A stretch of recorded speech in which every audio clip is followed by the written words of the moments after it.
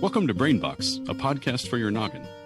Brainbox is a program of Oklahoma Humanities, a nonprofit organization that strengthens communities by helping Oklahomans learn about the human experience, understand new perspectives, and participate knowledgeably in civic life. You can check out all of our programs at okhumanities.org. I'm your host, Chris Carroll. In this episode, we're going to take a historical and an anthropological look at Oklahoma's black towns. Our guests are Suzette Chang and Dr. Elisha Oliver. Suzette Chang is the founder and CEO of Thick Descriptions, a nonprofit organization based in Oklahoma City.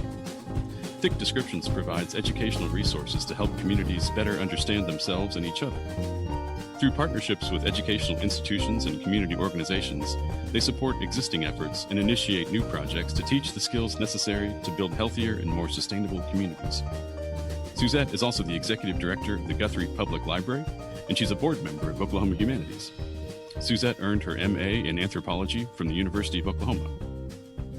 Dr. Elisha Oliver is a biocultural anthropologist and a visual ethnographer. Her research explores the intersections of space and place, health and language in rural and urban communities, with particular focus on structural violence, women's biopsychosocial health, intergenerational and historical trauma, and the use of complementary and alternative medicine and syncretic religion to produce positive health outcomes. Elisha is a professor of humanities at OSU OKC. She serves as the chief operating officer for the Shared Together Foundation, and she's a founding partner at Generation Paideia Global Research and Consulting. Elisha earned her PhD and MA in anthropology from the University of Oklahoma. So welcome, Suzette and Elisha. Thank you for being here. Well, thank you for having me think the Oklahoma Humanities. It's a privilege and an honor to be able to sit here with Suzette and you, Chris, to discuss some of Oklahoma's history that many folks may not know about. I agree. This is definitely an honor. Well, I think I'd like to do this in two parts. First, we'll talk a little bit about the history of Oklahoma's black towns, and then we can get into some anthropological aspects of them that you have both studied. So in terms of the history, how did Oklahoma's black towns begin? Where did the citizens come from? Well, there's a few stories.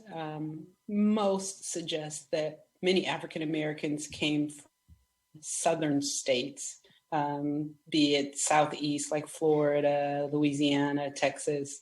And the belief is that they came for a variety of reasons.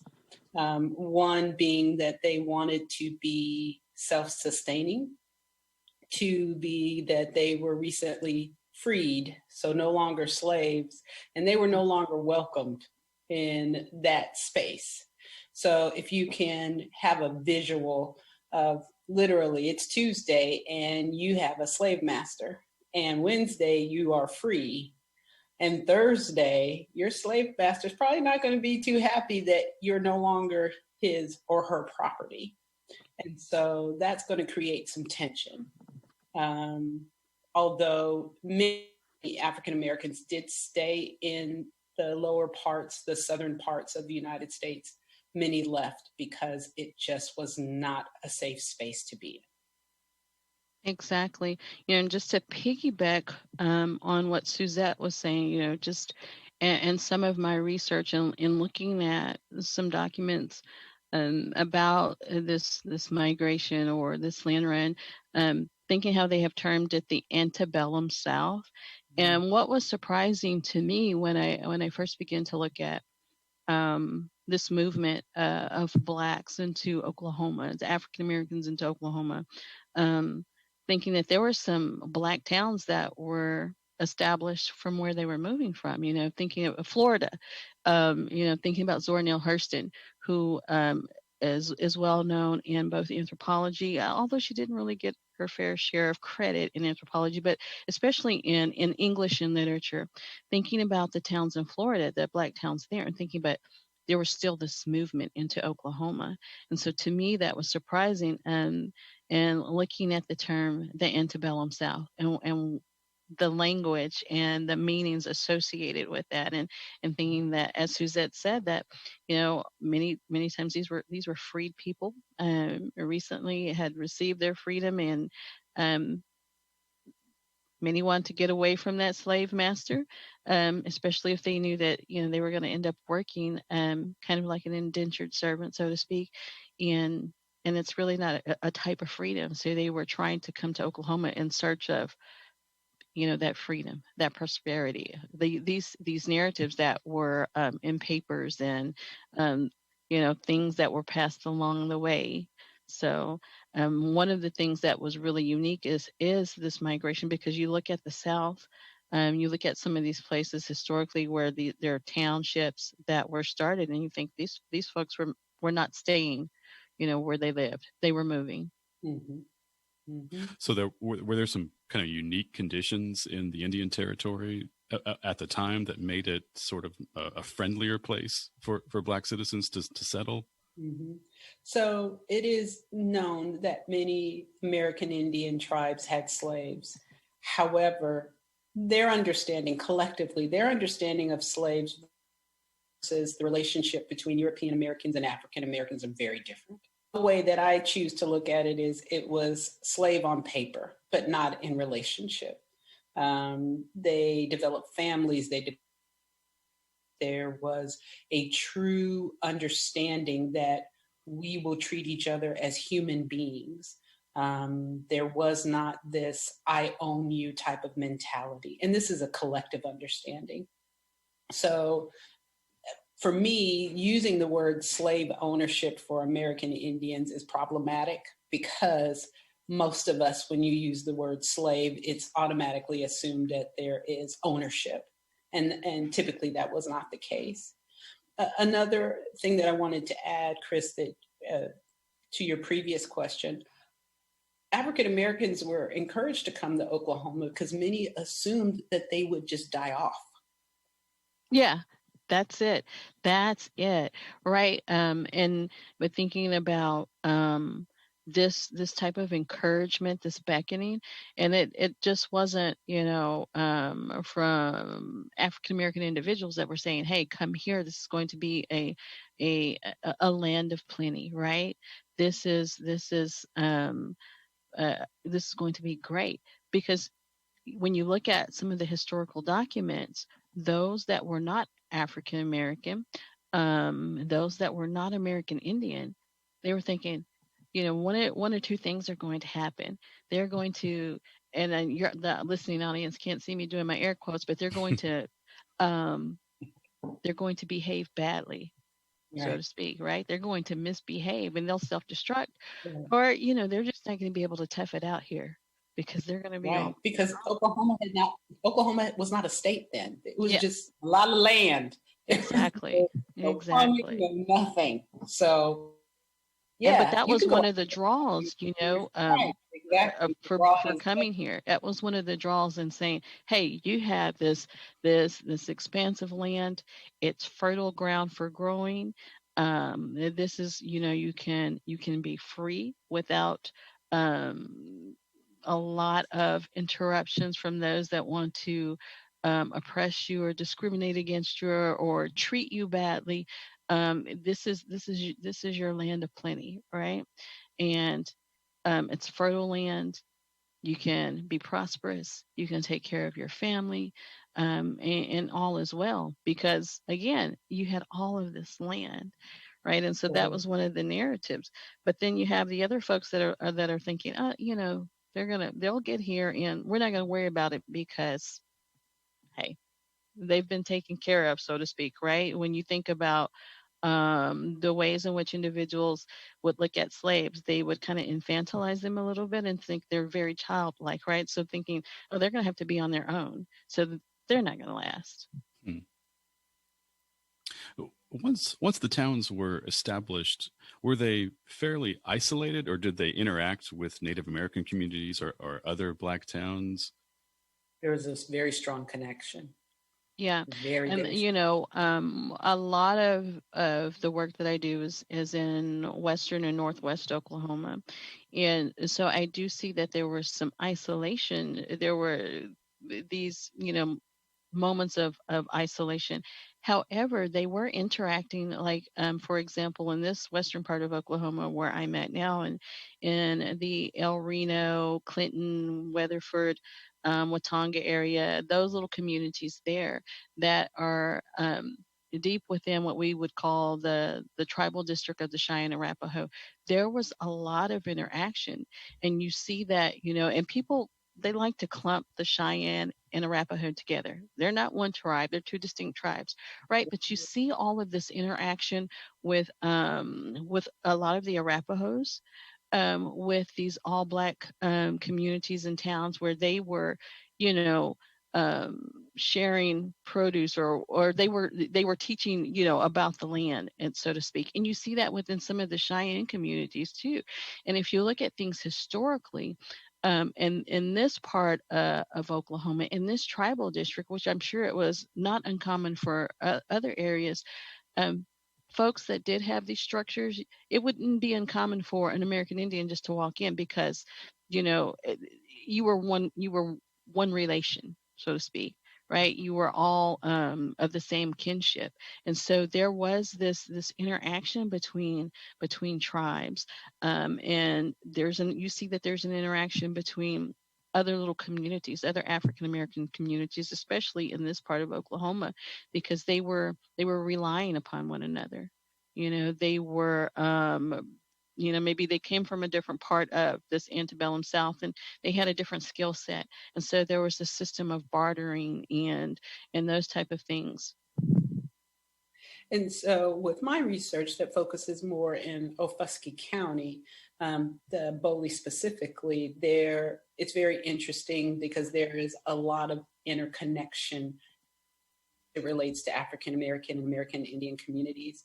And what's even more significant, and this is significant and historical for most African Americans, they identify their connection, because unfortunately in most cases it's undocumented.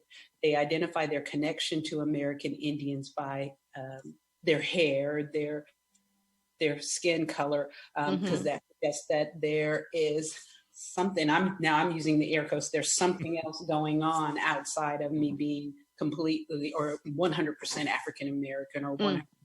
And so typically it's associated with hair.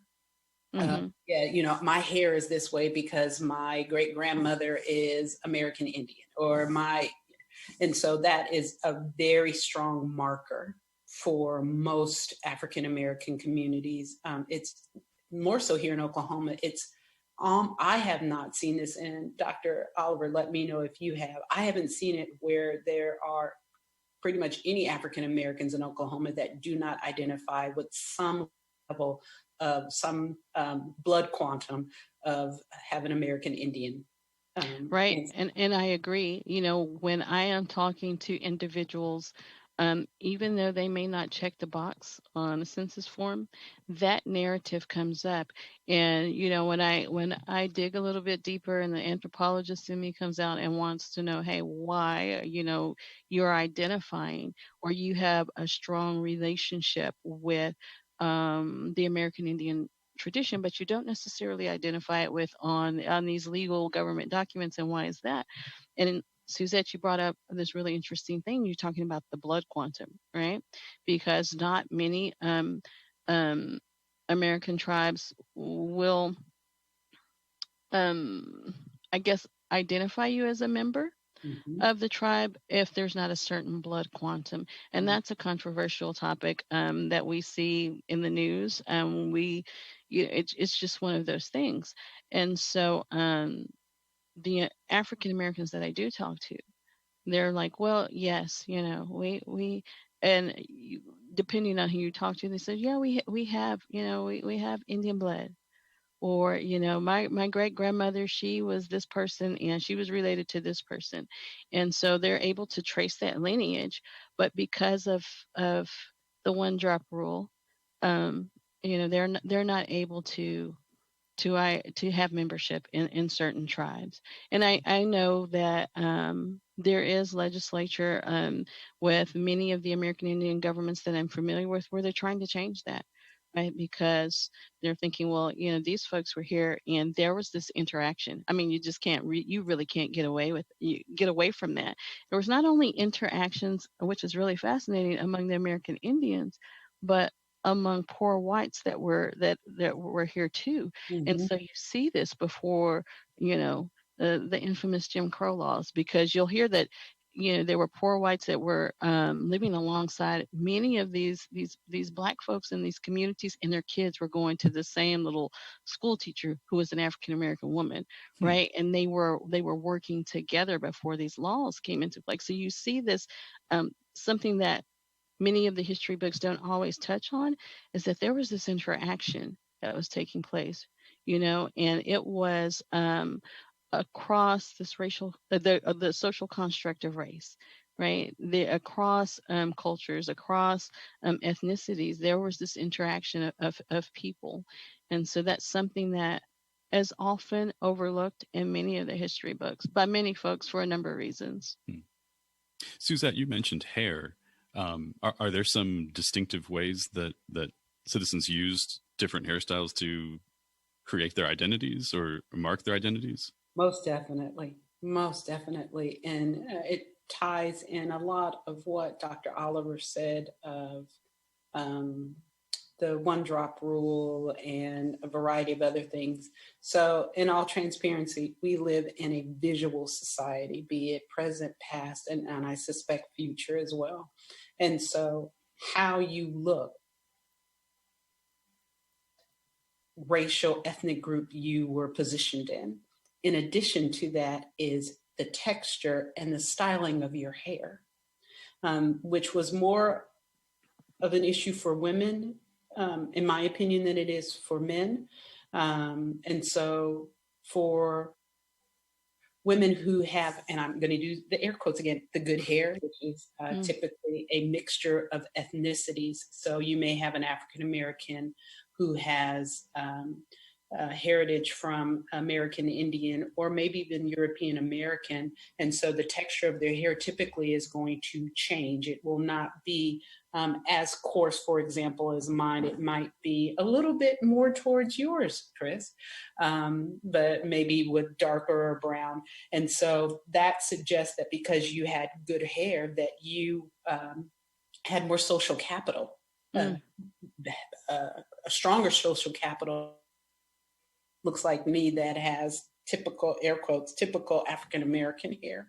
And so not only was that, and unfortunately it still exists and it's connected to colorism as well, was an issue in the past, it still is now, where it determines your level of hierarchy within the social capital arena. So not only did African-Americans take on this belief that if you had good hair, you were better, non-African Americans took on that same belief as well, and unfortunately still do. Yeah, that's true. That's like a whole nother issue, but that's something that you see here in Oklahoma.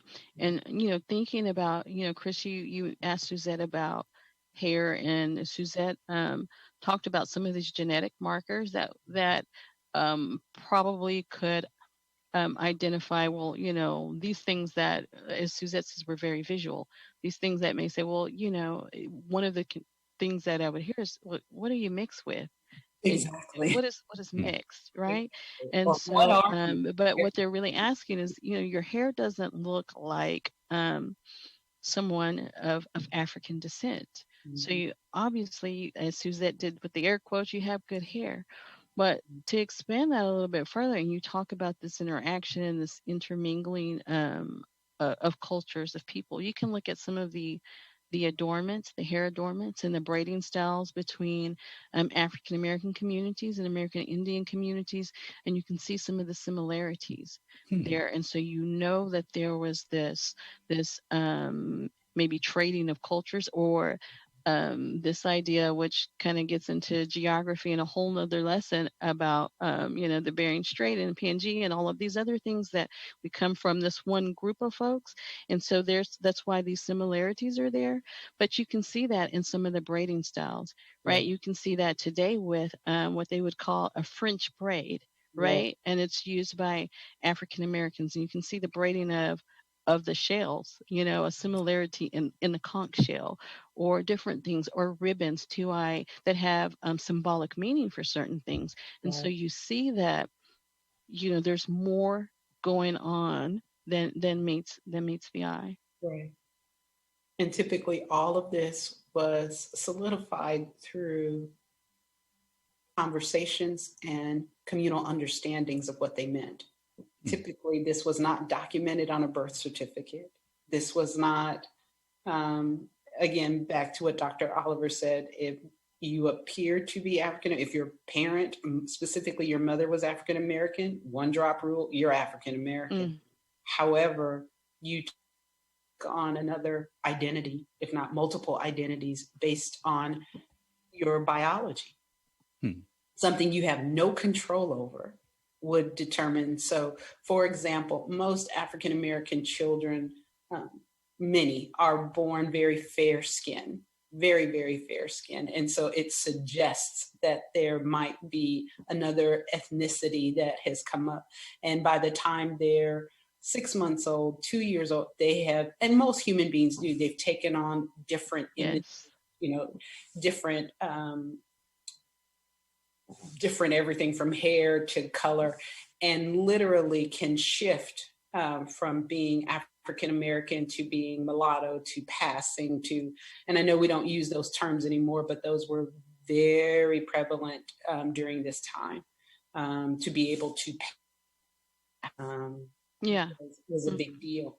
To be able to connect yourself, even though you may not get the Indian rights of being of that particular community or that tribe, if you could show, which typically visually you could, that you had good hair, you got treated better. Which, like I said earlier, ties into colorism and a variety of other things, all because of DNA, something that none of us have any control over. I mean, literally, like for me personally, I know that I have European American ancestry. And when I was carrying both of my children and gave birth, I thought one of them might pop out with blue eyes. That, I mean, you don't know. Yeah, you don't know. And that's the beauty of genetics, right? You don't really know.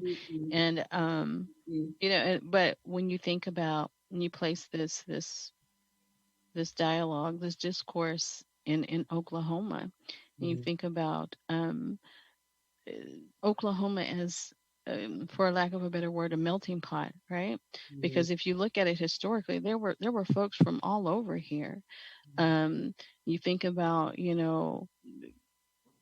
what people were reading in the papers with the, thinking about the land run and such, and thinking this is going to be a place that's going to be okay for us to live. But it just, it just wasn't Black folks that were coming here or that were here.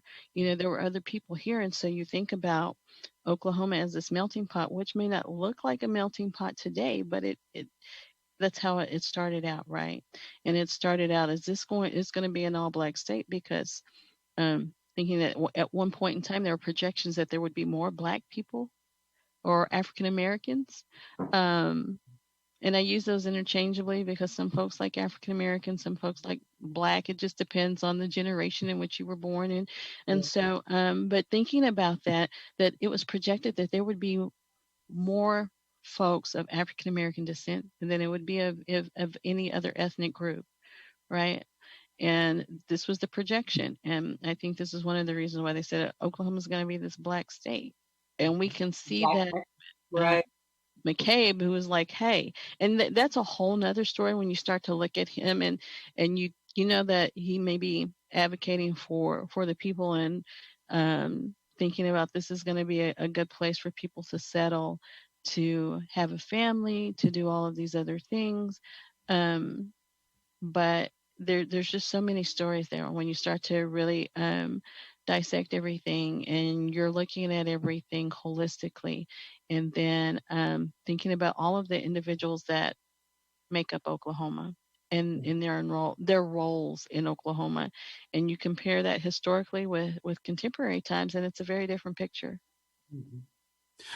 I'm really looking forward to asking about the efforts to make Oklahoma an all-black state.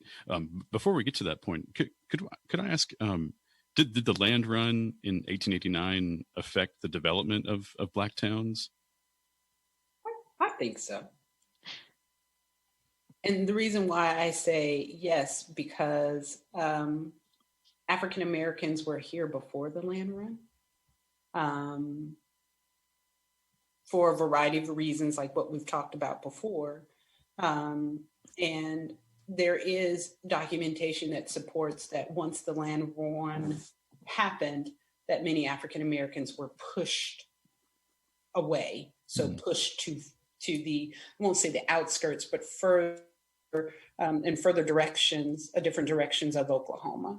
When you look at the map of Oklahoma historical Black towns, there's a nice large concentration right around like Ofuskie County, like middle, more eastern, which suggests that as they were coming here, they probably tried to settle into spaces like what is now viewed as Oklahoma, which is now, excuse me, it's not viewed, it is Oklahoma City, but then was pushed further out. Right.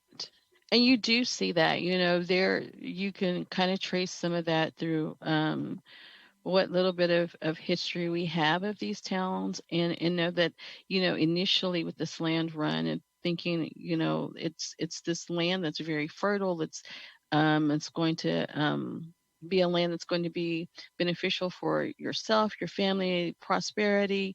You know, you're bringing this agricultural knowledge, knowledge here to Oklahoma, but you have a chance to prosper for yourself and not necessarily the slave owner your family has. And so you see that they were settling in what we would consider to be Oklahoma City now, these really central areas. However, they were being pushed. They as things begin to change and things begin to develop and other settlers begin to come, they were pushed out to these kind of the outskirts of the state. And, you know, as Suzette mentioned, the most eastern parts of Oklahoma, thinking about some of the parts in the Panhandle, thinking about some of the parts in western Oklahoma, these places that were not so central, right? And it kind of goes back to what you were asking about, Chris, about isolation. Well, they became a little bit more isolated from one another unless the communities were grouped together within these spaces, within the eastern spaces. And you'll see that, right, when you're looking at some historical maps that show African American towns or all Black towns in eastern Oklahoma or western Oklahoma. You see these little clusters, right? And you can see that this kind of spread, and so it kind of paints a different picture when you're looking at it historically, like they've moved from the center to the periphery. But, and, you know, as myself and Elisha were talking, I'm a visual person, but I usually keep those visuals in my head.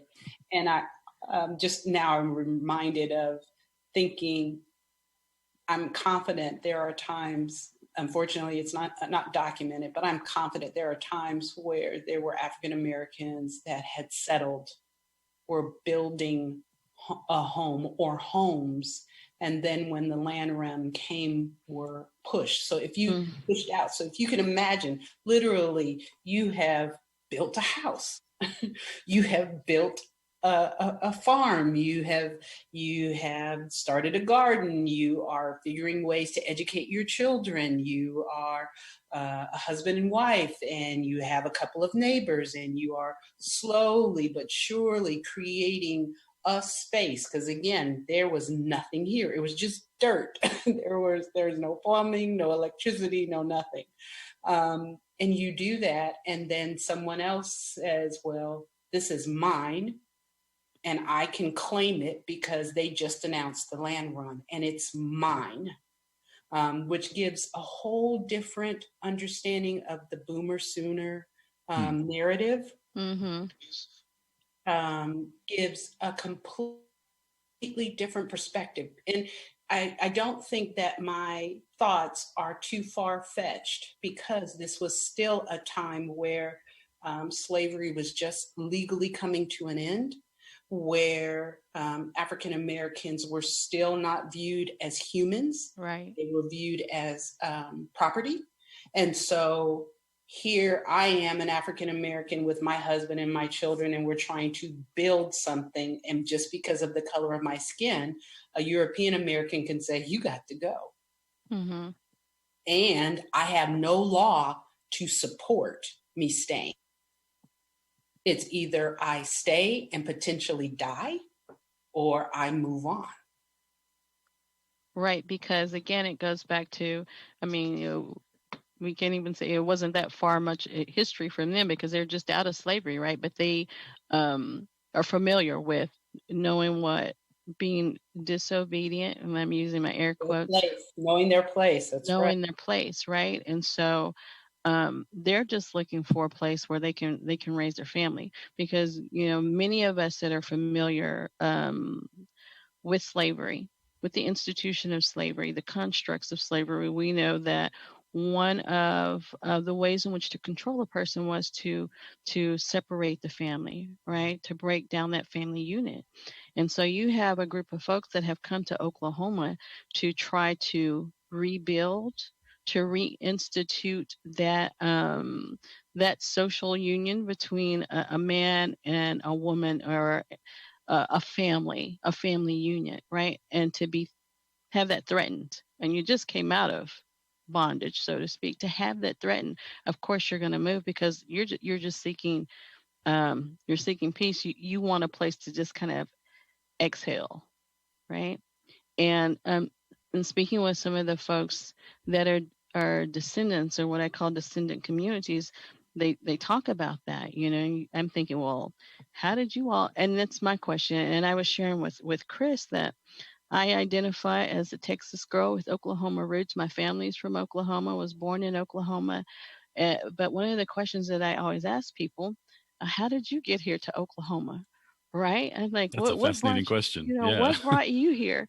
And so when I start to listen to, well, my family was from Florida, but we were coming because this, it was going to be the land of plenty. Right, Beulah land is what I think is referenced, and well, we're here now. Yeah. For those of us that didn't go to Canada, or didn't leave when we were kind of pushed out, we're here now. And to think about the folks that were initially coming, that were promised. This was going to be a promised land, and to have that threatened, and just to come out of bondage, just to come out of these oppressive environments, you would see that they would move to these outskirts, right? These parts that were less inhabited. Were the efforts to create an all-black state kind of a reaction to this, to the land run, to being pushed out, or what were the things that motivated the attempts to create an all-black state? Well, a lot of what we've touched on earlier, one, no longer being a slave, two, wanting to prove that you are not cattle, you are not property, you are human, and you can, and I'm gonna do the air quotes, you are civilized, you can do this. That's one of the major reasons that, and it's several stories, but I believe it, of why BOLI was created. It was a bet to see whether or not Americans could actually do it. The founders, a few of them were of European American descent. And although there was a belief that for some of them that African Americans that moved to BOLI could do it, there were a few of them who were like, nah, they're not gonna make it. They don't have the knowledge, the wisdom, the understanding to survive. And let's put a wager on it. So yeah, just again, because unfortunately, when you are at that time being African American, so much was not documented. It was a big deal to have a birth certificate and be African American. So that was not a staple. And we're just coming, last century and this current century, we are coming into a time where oral stories are used as a source of reference. Mm-hmm. prior to that, if it was not written, if it was undocumented, then therefore it did not exist.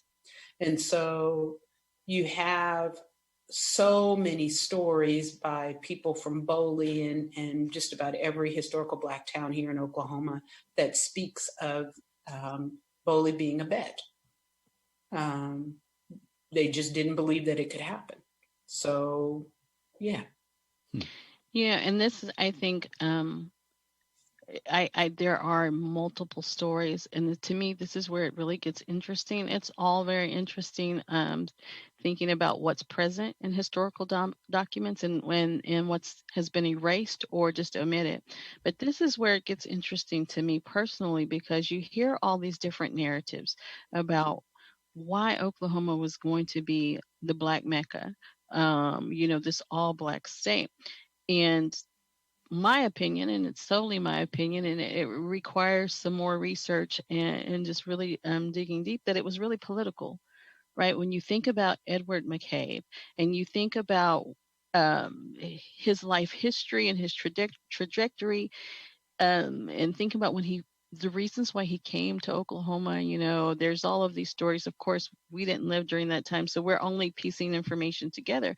But in my opinion, that there was a political agenda about having Oklahoma as an all-Black state, right? I mean, initially he wanted to be governor of Oklahoma, and so he was encouraging folks, "Hey, come on in. This is it's a land of plenty, right?" You have a strong political background. Very much so. Very much so.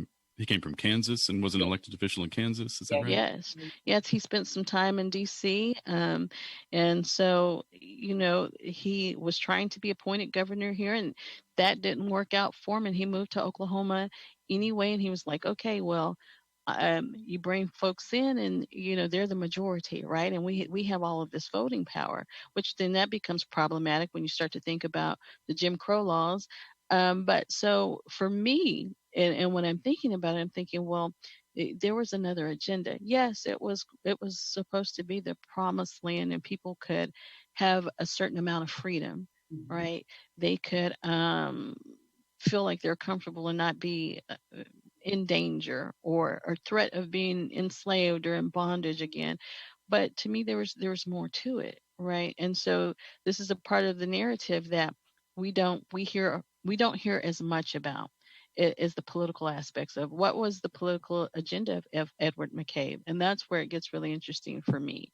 Like, was there was this a twofold agenda? Yes, he wanted to do something for and I'm saying his people. I'm using that loosely, thinking about African Americans, or was this something that was a little bit more self-serving, or was it just a means to an end, because maybe to be governor of Oklahoma would bring these folks in, and then there would just be this powerful force. So it's one of those things that we really don't know about, right? And that's where it becomes interesting for me, is thinking, okay, well, I mean, he at one time lived in Nicodemus, Kansas, which was an all-Black town. But you want to move from Nicodemus, Kansas, and you want to kind of start your own thing. So what does that look like, right? And how does that shape Oklahoma's narrative? And Elisha, and we've all seen images of him. He could pass. Oh yeah, very much so. Very much so. And it's documented that not only visually he could pass, linguistically he could pass as well. Yes. The standard English. He didn't talk like Black folks at that time. So not only does he have a strong political background, he has the visuals, and he can articulate himself very well. Yes. And we know he met with the President of the United States to discuss statehood, an all-Black state. Do we know how close it came to? I think legislation was introduced in Congress, but do we know how close it really came to there being a Black state? I know it was introduced. Documents that I reviewed suggest that it was taken as a joke. Mm-hmm. But, you can, but this is not happening. But it is documented that I don't think it went far. I don't think it went far at all. But just for him to be able to, Mr. McCabe, to be able to speak with the president, spoke to his ability to code switch. Very much so. To operate in multiple identities, to live in a predominantly African American space and then be able to shift and engage with people that he does not look like. Mm-hmm. But because of the visuals and in his case, the audibles, meaning his ability to speak and articulate in standard English, he was able to attain many things that many African Americans at that time could not. And we're talking about the 1880s, 1890s at Correct. this point. Mm-hmm. Correct. Right. He had that education. And that's one of the things I think, as Suzette touched on, is that it was introduced. And in my historical imagination, I would like to think that it came really close to being such. But then one of the things that's really important to remember is that all the folks that were coming to Oklahoma did not have the education of Mr. McCabe. And so that was problematic, right? And so that was kind of like, yeah, you have all of these, you have the numbers are projected to double, so it could be that, but they are not of the, and I'm saying class, but they're not of the same class as you, so that's not going to work. And so it was kind of like this running joke. Yeah, you have all these folks here, but they're not educated like you. Many of these folks, the only thing that they know is the farm, and so they don't know about laws and government and how to operate in such a way that is going to make them their own little statehood. Right. And I say that kind of jokingly. But I think that was, and again, it's different to really know what was in the minds of men. And we kind of have to piece things together and look at the documents and review things and try to fill out the narrative as best as we can. But I think that I would like to believe, and again, using my historical imagination, that Oklahoma was on the trajectory to be an all-black state before things just kind of started to fall apart, so to speak. And then when Oklahoma attained statehood in 1907, the very first laws that were passed by the legislature were Jim Crow laws. Did these laws affect Oklahoma's black towns specifically? Most definitely. Mm-hmm. Most definitely. In fact, with most historical black towns in Oklahoma, it created a sense of pooling their resources even more so together. Mm-hmm. So the research I've completed, individuals within those spaces were very committed to operating within their space and other historical black towns, understanding that once they stepped out of any one of those spaces, that their life was in jeopardy, that they were going to be exposed and or experience inhumane treatment. That many of them are strategically located next door to sundown towns, which made it more complicated.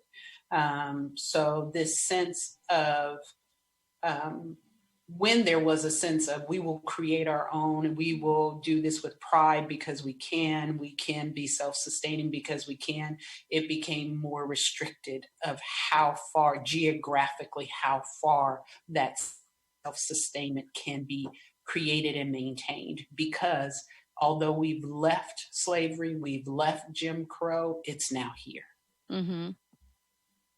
Absolutely.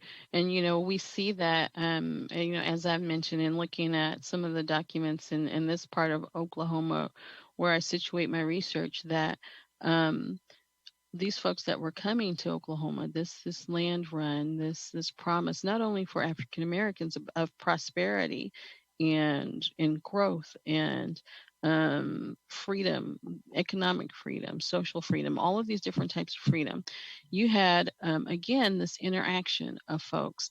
And so you would see that there, as I mentioned, there would be a schoolhouse where, the African American kids, black kids would go to school with some of the white kids that lived in some of those communities. But when these laws happened, well, that brought things to a halt. That changed things significantly, because now you were no longer able to interact with Jim, that was your neighbor, just a few spaces down, right? You're not able to trade your greens for onions or what have you. You're not able to have those interactions because things have become separated, right? It's not a law.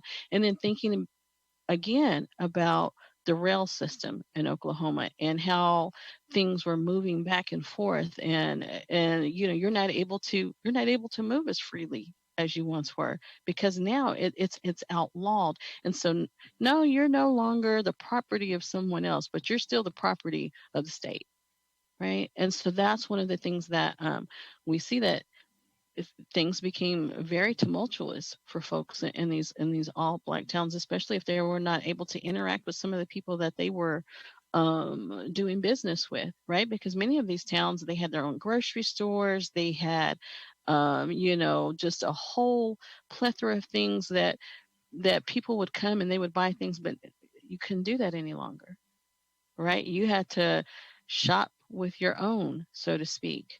And so that began to impact them, right? And then you start to think about, again, the intermingling of these different cultures, the interactions of these different cultures.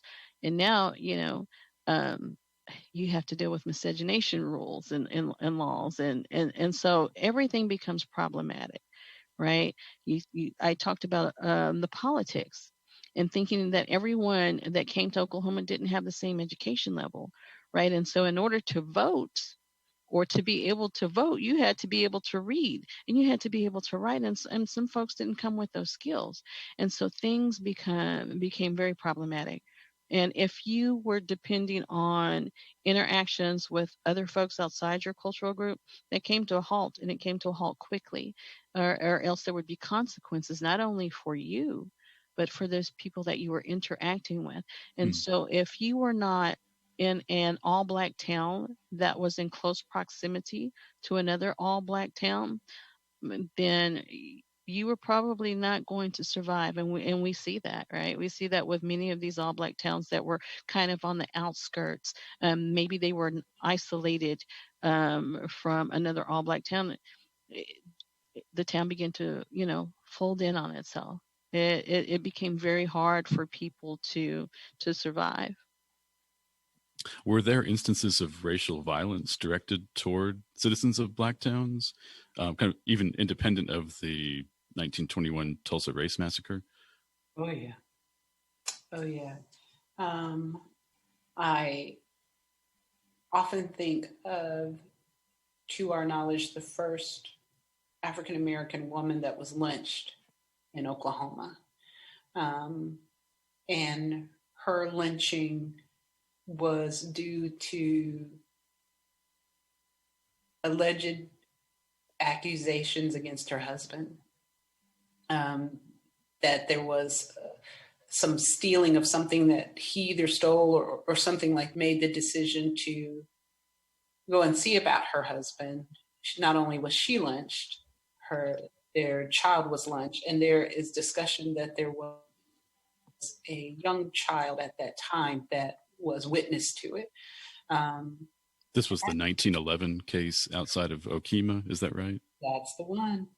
Elisha and I recently had a conversation with and I hope, and correct me if I'm wrong, Elisha, because I hope I'm not saying this incorrectly, the curator at the museum in Ofuskee County, and he, either father or grandfather, was one of the policemen that was involved. I think it was that uncle. Uncle, there it is. The uncle was present when the arrest happened and when the lynching happened.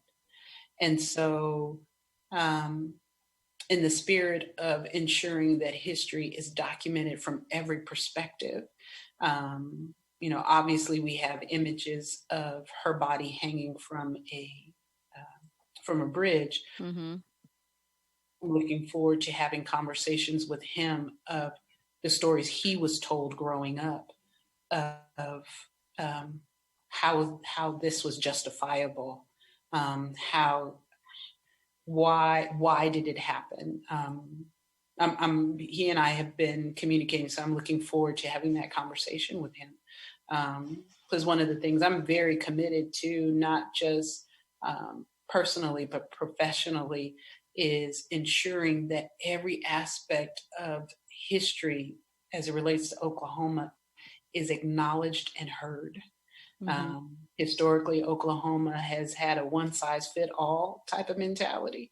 And although I'm confident there's truth to those narratives, there are other components that have been ignored and overlooked. And so her body hanging from a bridge is a reminder that inhumane treatment was acceptable, that women were not exempt from this inhumane treatment. Or children. Or children. Or children, exactly. That the color of your skin dictated your treatment. I've read that it was a sort of a statement made by the citizens of Okemah who participated in that lynching for it to take place, kind of directed at Boley, outside of Okemah on a bridge on the way to Boley. I think is that right? Correct. And the intent was to make sure that Boley knew that this could happen to you. Yeah, exactly.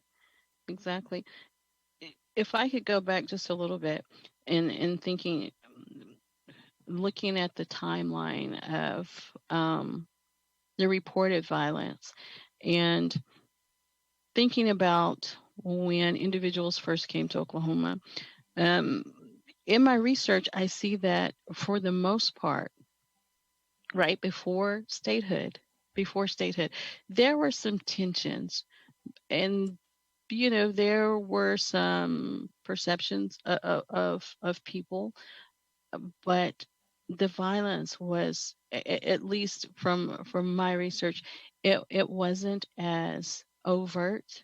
It wasn't as heinous as it became before Oklahoma became a statehood, because you had people that they were all kind of looking for the same thing, right? They wanted a place where, again, and it's kind of being repetitive, but they just wanted a place where they could prosper, right? They wanted a place that offered some type of economic benefit, not only to themselves, but to their family, to the future of that family, to their lineage to come. And so you didn't see that type of violence, right? You see that there were some disagreements, because obviously there were these supposed differences. However, it seemed like people were trying to get along. And again, when I look at Oklahoma and I look at Oklahoma's history, I look at Oklahoma's present, there seems to be a little bit of a disconnect, right? If you're looking at from the first folks being here and how people seem to at least get along, to try to work together so everyone could benefit. And then with the institution of these laws that created a very real division, right? You see that this violence started to happen. And I didn't see that in some of the research, in some of the earlier documents, looking at folks' family histories, things that they had recorded in Bibles or letters. You see that there was these relationships that were agreeable, that they worked together, with one another. They worked the land. They were bartering. Bartering was a big thing, one of the things that I read was somebody had a squirrel and they went out and had extra squirrels, and they shared. But these were two people from two different cultural backgrounds, but because you had this and I had this, we were going to work together, and our family was going to be fed, and we were going to make the best of it, right? And so with the Jim Crow laws and the separation of races, and things became very differently. It changed the mindset, at least in my opinion. It changed the mindset of folks, right? And it instituted this kind of hierarchy, this human hierarchy that, well, because I don't have melanated skin, I have more authority, and we can draw back on slavery. And so this narrative began to take place and shape the minds of folks. And you see that well, then you start to see all of these different types of violent acts against folks, right? And well, they took what I had, and I'm barely trying to hang on to what I had. They stole my chicken, they stole my cow, and so it just becomes like this lynch mob mentality that you start to see. And it to me, when I look at things, and I look at things now, it's very different than, you know, Oklahoma was Oklahoma. Was there kind of an exodus of many citizens of the black towns shortly after statehood? I've read that some folks moved to Canada and Mexico, and some as far away as Africa. Yeah, I'm shaking my head, and your listeners can't see me shaking my head, Jess. But but yeah, I'm shaking my head just because we do see that, and to me, it was a surprise to find out that folks were going to Canada, and one of the things, Chris, before we started recording, that I mentioned to you, is you can look at some of the architectural structures, and you would look at a picture at a piece of land in Canada that has a home, and you would swear that you're looking at something in rural Oklahoma because the similarities are just spot on. But it's because these folks, the violence started happening.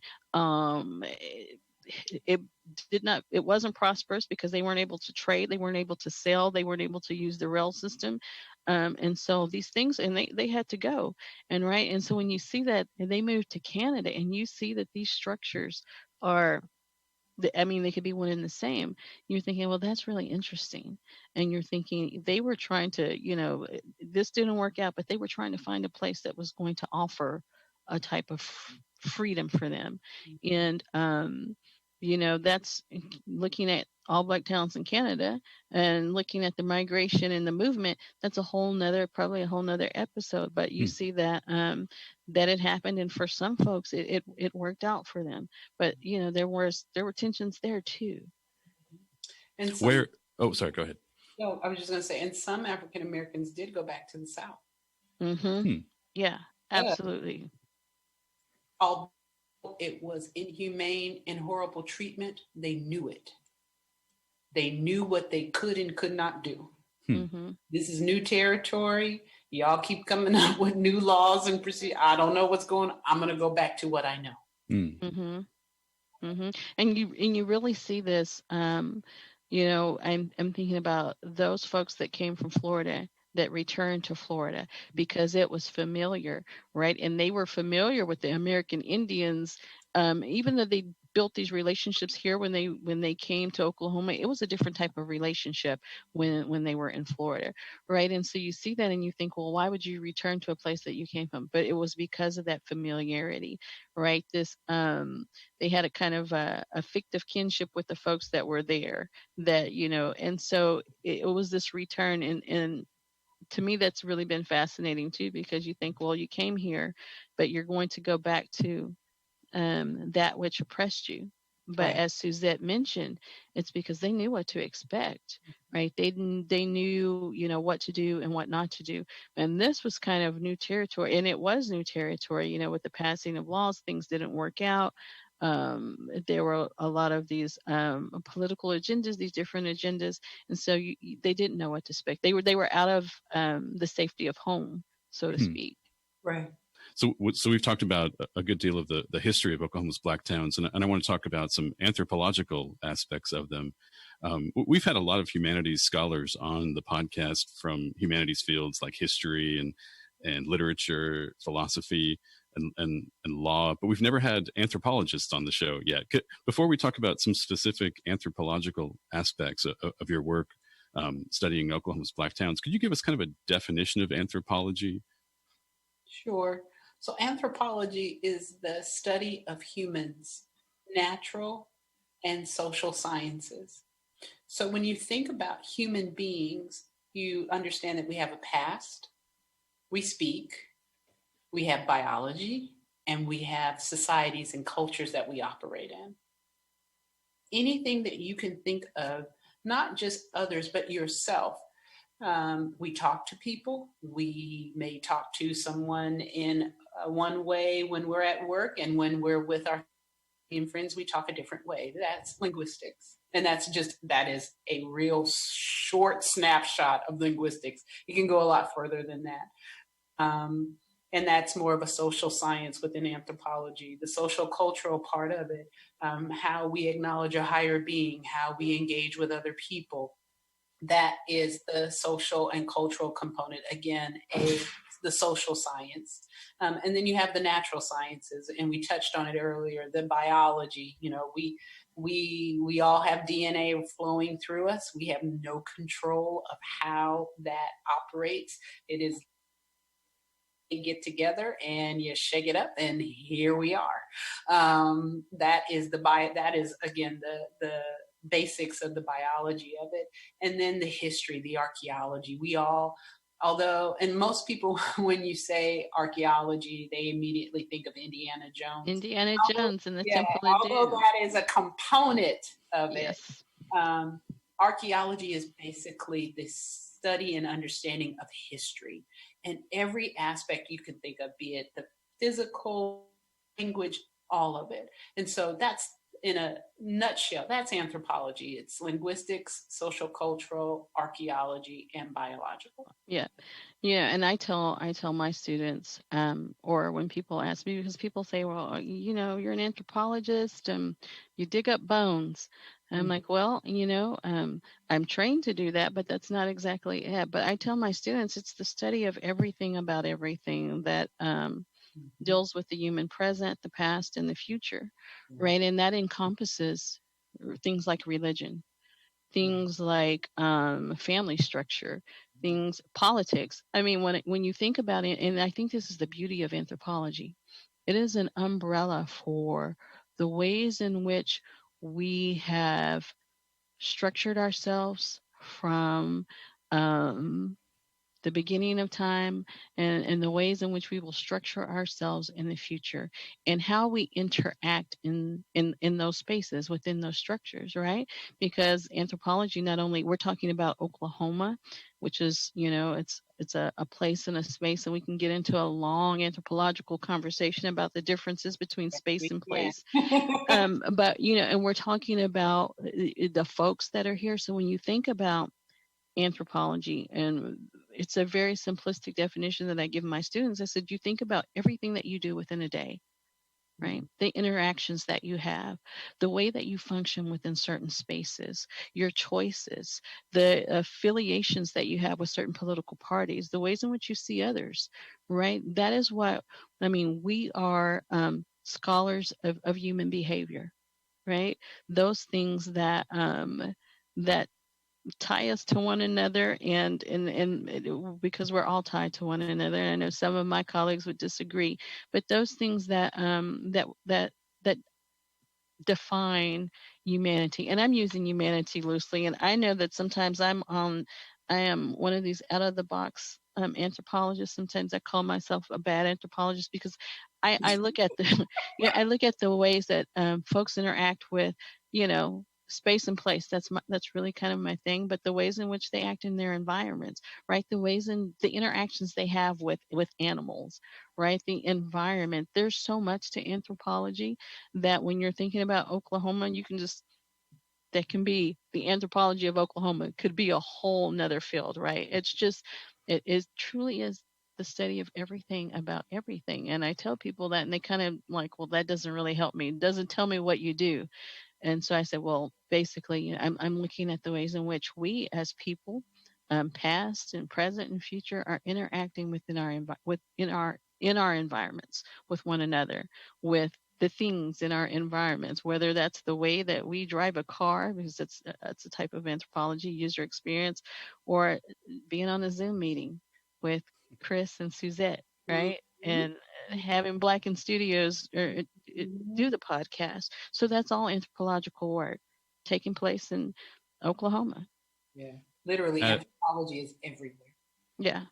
Bad Anthropologist sounds like the title of a podcast series that I want to listen to. That sounds cool.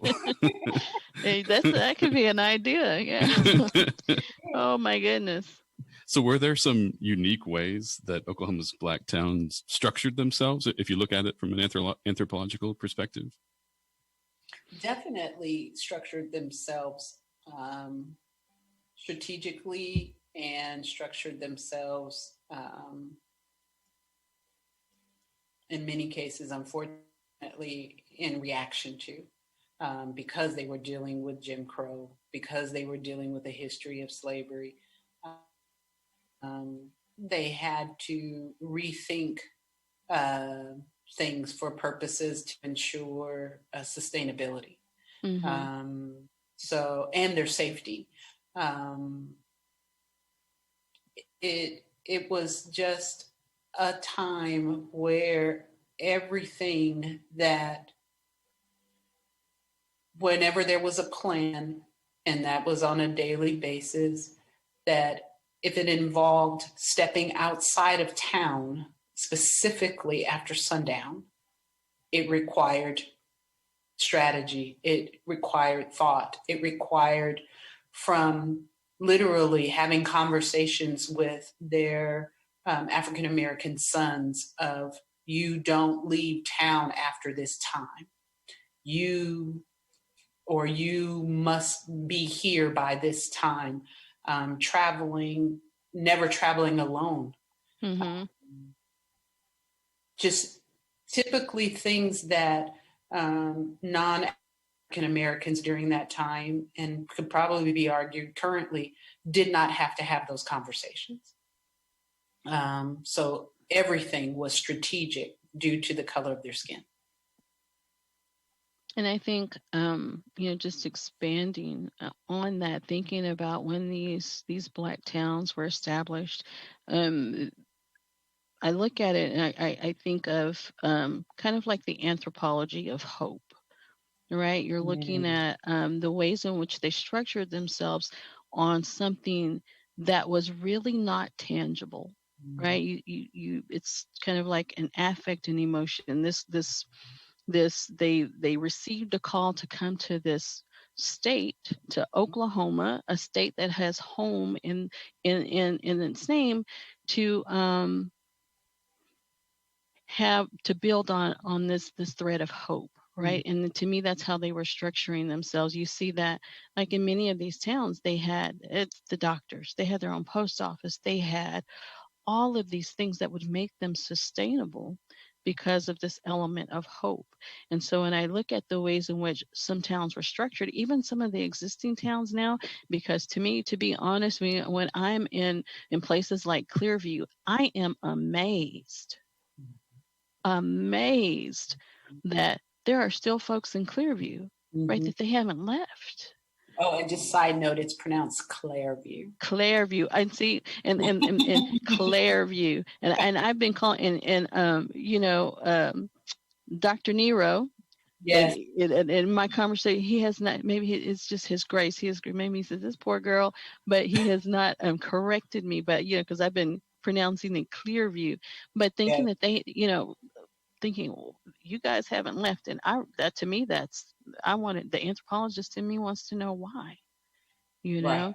And thinking about the ways in which they were structured, and to me, it's just that thread of hope, that thread of thinking that this is a good place for me, this is a good place for my family, and looking at the ways in which people began to move about when they were coming here, thinking of the ways in which things have changed, and looking at those social networks, looking at the different kinship groups, looking at these communities, where they're imagined or real, that tie them to one another and tie them to this place and space. When you gave your presentation about Oklahoma's Black towns at Oklahoma Humanities Curiosity Fest, you used a quote from Carter G. Woodson that I thought was really interesting. It kind of summarizes what you're discussing now, that Oklahoma's Black towns were a place where citizens could educate their children, protect their families from insults, and enjoy the fruits of their labor. It sounds so simple and so basic, but probably also so rare at that time. Mm-hmm. And it had to be very strategic about it. Very strategic about it, because it was life and death. In that presentation, you also used some concepts from the ancient Greek philosopher Plato. And I'm curious how you incorporated his philosophies into a way to help us understand Oklahoma's Black towns. And so this is me being the bad anthropologist again, and infusing. I don't know, maybe that's just my thing, but infusing some of these old philosophers into the ways in which I look at things anthropologically. And so thinking about Plato and thinking about this tripart system of the rational, the appetitive, and the spirited part of a person, right? His concepts of this soul being composed of these three systems.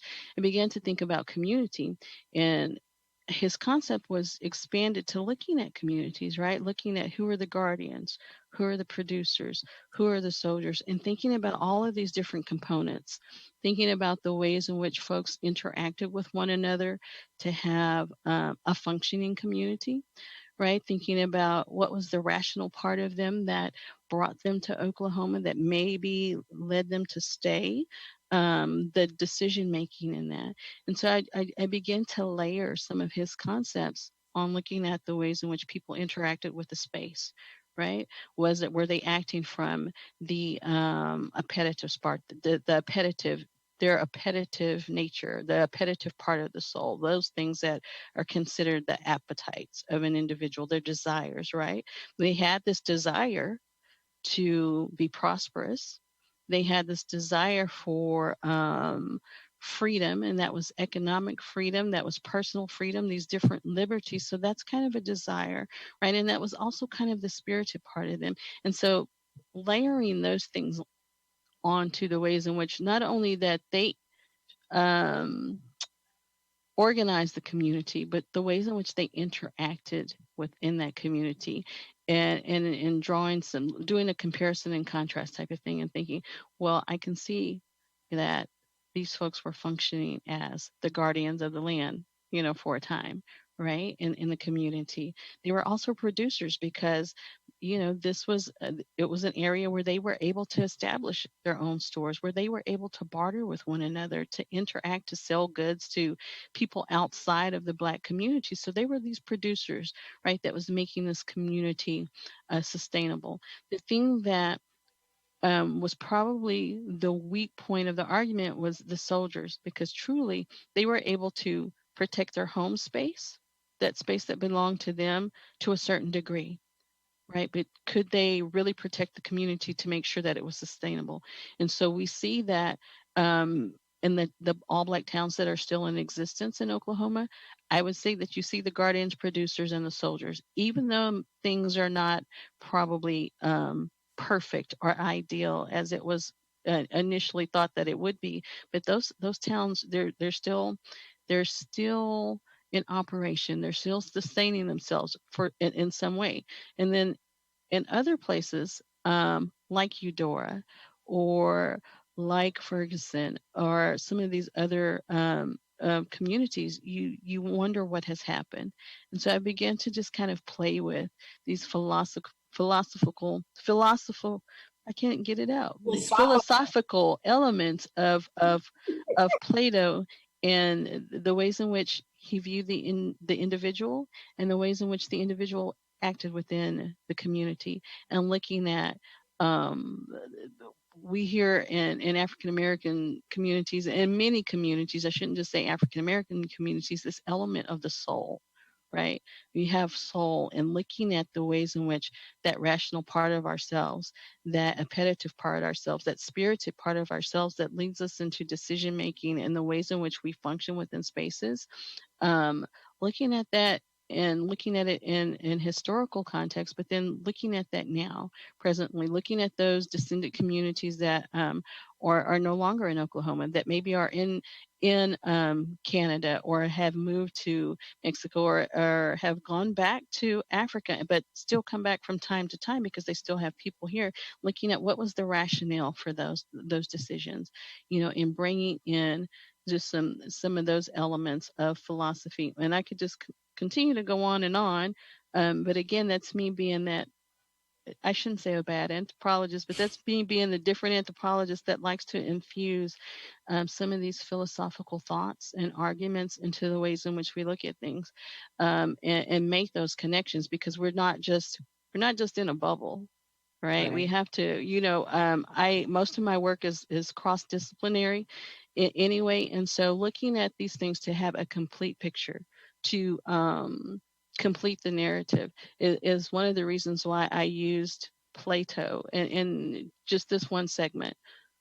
Are there some ways you could kind of generalize or talk about the black towns in Oklahoma that continue to exist? Is there something that they have in common, or a reason that they have succeeded, or that they've continued to prosper into the 21st century? Well, Elisha referred to one component, hope. All of them have seen a time in their past where they were self-sufficient and self-sustaining.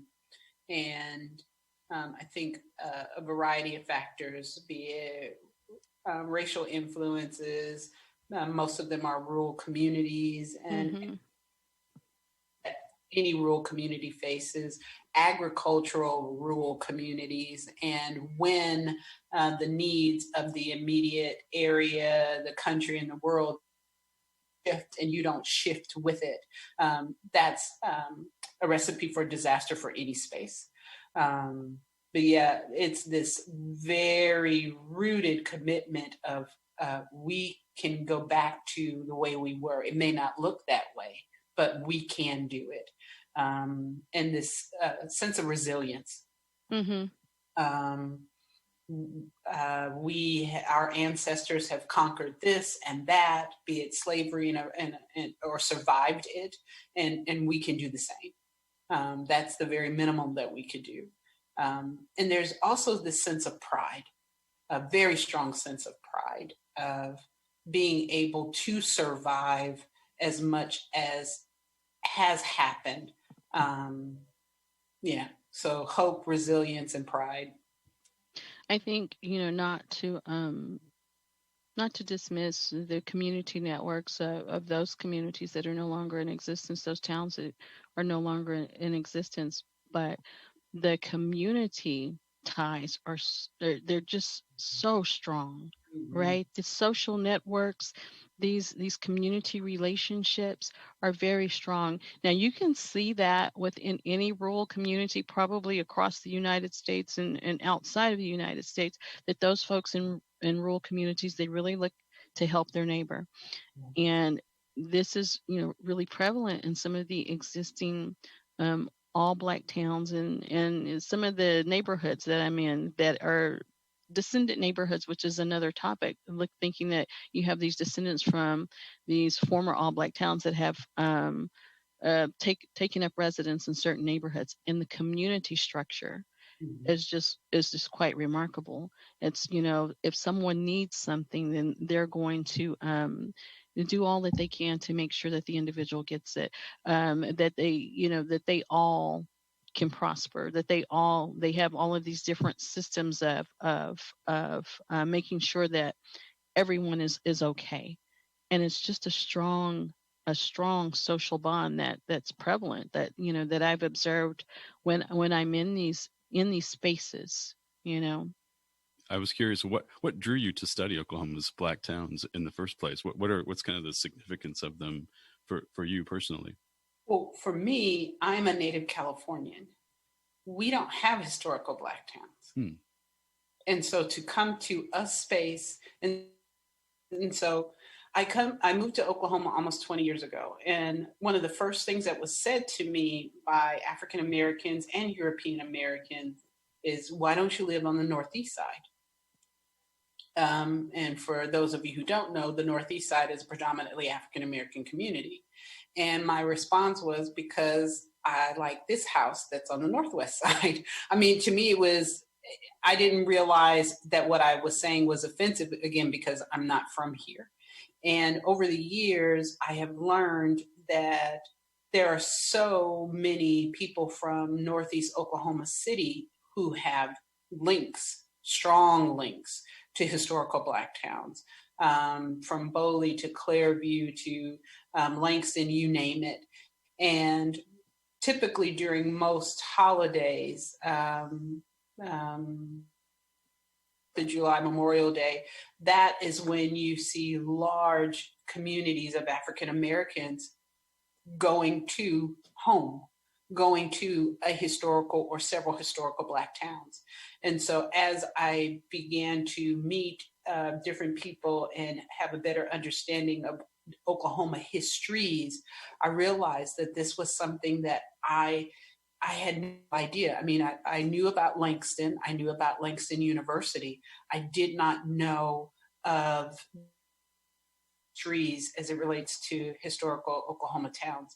And in addition, it was assumed that because I'm African American, that I should study African Black towns.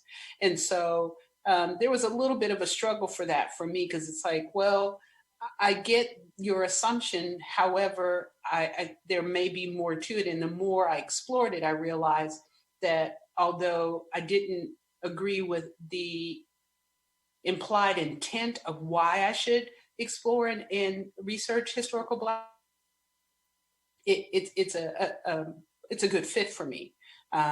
Again, coming from the Bay Area, where it is a melting pot in a variety of different ways, and then coming to spaces here in Oklahoma where at that time it was physically segregated, meaning most African Americans lived on the Northeast side, most European Americans lived on the Northwest side, and everyone kind of hung out during work time, and then they went back to their respective spaces. And again, this is 20 years ago. A lot has changed since then, but over time, I realized that there was something very unique about these towns, and so that's why I explored it. I think for me, it's multifaceted, and I mentioned this earlier that I just kind of stumbled on this research. Taking a break, I was, a colleague and I were working with an American Indian group here, doing sexual and reproductive health, and taking a break from that and traveling through some of the districts that made up of this tribal area, and stumbling upon accidentally the Eudora Cemetery.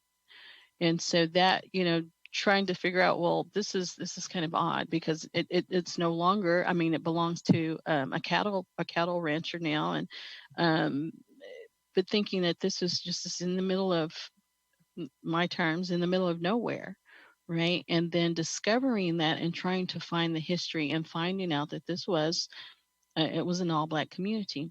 I mentioned that, I identify again as this Texas girl with Oklahoma roots, and having family here. And this is, I am, when I'm in Oklahoma, I'm in El Reno. It's where my family was from, and thinking that I am this multi-ethnic, multi-racial individual. But growing up, I didn't know all of my histories, I should say.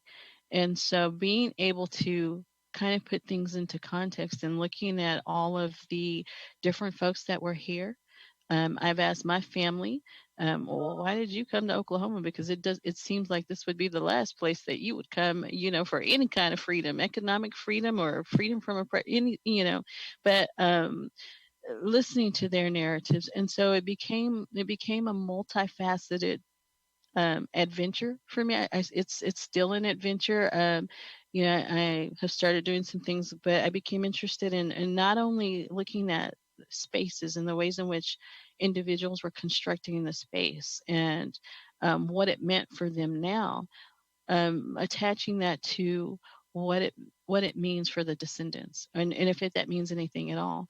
Looking at some of the ways in which they would entertain themselves has become, very interesting, and just trying to uncover this part of Oklahoma's history that is often overlooked. And so it's just become one of these things that has grown from an accidental discovery to something that, it's that I'm still continuing to do. Well, thank you so much. We really appreciate you coming on the show to talk about this topic. And I wanted to ask, is there anything that you would like to mention about your work or about the organizations that you're involved with?